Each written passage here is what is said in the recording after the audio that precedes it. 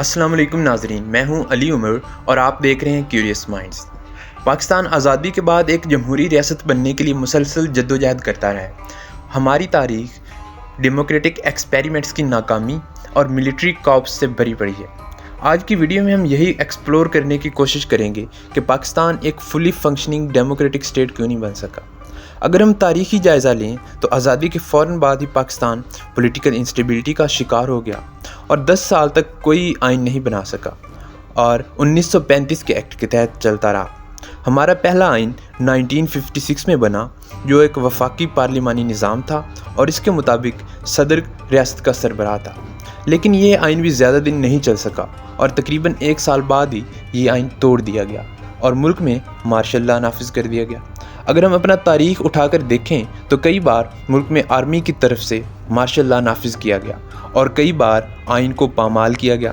خاص طور پر آپ 50s، 60s یا 70s کی تاریخ دیکھ لیں اور ہر دفعہ آئین کی پامالی کی وجہ کسی خاص شخص یا گروہ کا ذاتی مفاد تھا۔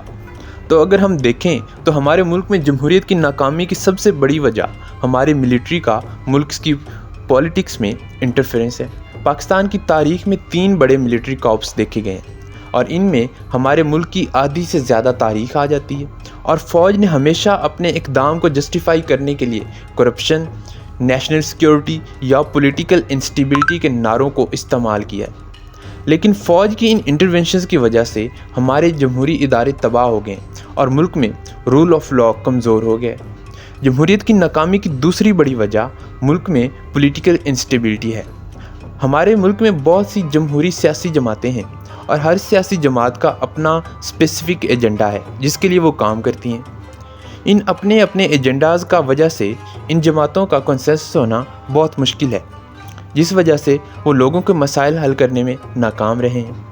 جب لوگوں کے مسائل حل نہیں ہوتے تو ان کا سیاسی جماعتوں پر یا سیاسی رہنماؤں سے اعتماد ختم ہو جاتا ہے، اور تب جو دوسرے نان ڈیموکریٹک فیکٹرز ہوتے ہیں جیسے مختلف ایکسٹریمسٹ گروپ ہو گئے جو سیاسی نظام میں انٹروین کرنے کا موقع مل جاتا ہے، جو ملک میں پولیٹیکل انسٹیبلٹی کی وجہ بنتے ہیں۔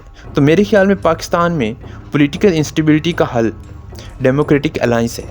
تمام سیاسی جماعتیں اپنے ذاتی ایجنڈاز کو اور ذاتی مفاد کو چھوڑ کر اپنے قومی مفاد اور ملکی ترقی کے لیے کام کریں۔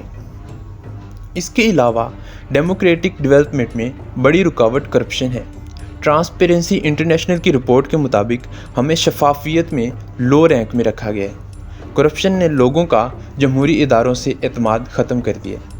اس کے علاوہ بہت سارے ایکسٹرنل فیکٹرز بھی ہیں جیسے کہ regional conflicts, for example Afghan war, اس کا ہمارے ملک کی پولیٹکس کے اوپر بہت اثر ہے، یا ہماری پولیٹیکل لینڈسکیپ دیکھیں تو اس میں یو ایس کی ہماری حکومتوں میں انٹرونشن سے بھری پڑی ہے۔